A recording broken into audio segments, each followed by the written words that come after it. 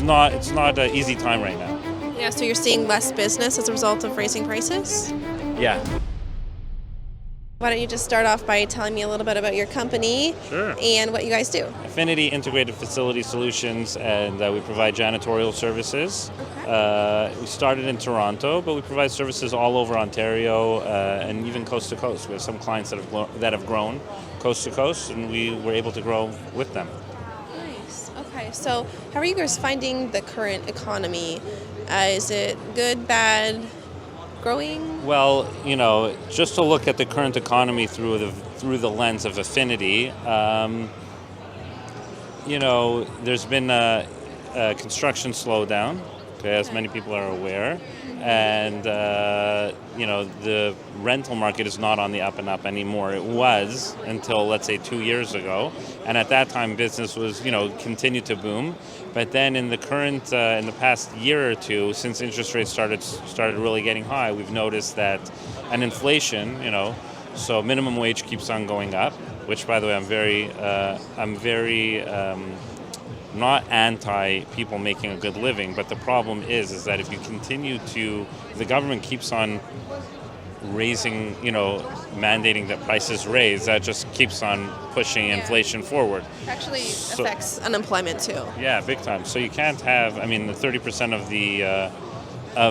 you can't have the the Bank of Canada targeting a 2.5% inflation rate, and then 30% of the workforce getting a 3.5% raise every year, because that will drive inflation. Right. So we've had our costs go up, labor costs go up, which is not unfair. It's actually, I understand that, because food costs and all this other inflation goes up, is causing prices to go up.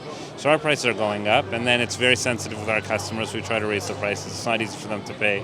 And then the interest rates are rising, so our customers' cash flow is tightening up. It's hard for them to pay us. It's pretty. It's not an easy time right now. Definitely a constricted time. Yeah, so you're seeing less business as a result of raising prices? Yeah, definitely. People are choosing to go in-house rather than outsource, which is that had been the mode. A lot of people were doing that before. They were outsourcing, Right. and not so much anymore.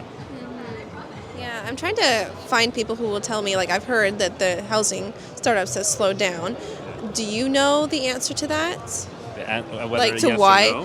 Why housing has slowed down so much? Housing has slowed down so much because there's a number of reasons. First of all, there's less immigration now, so less people are buying. There's less people to sell it to.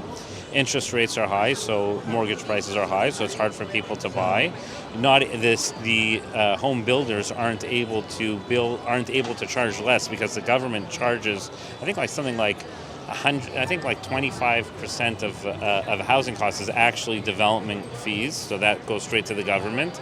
The government definitely does not make it easy to build houses. Yeah. And how are you liking Mark Carney right now? Is that something you can answer?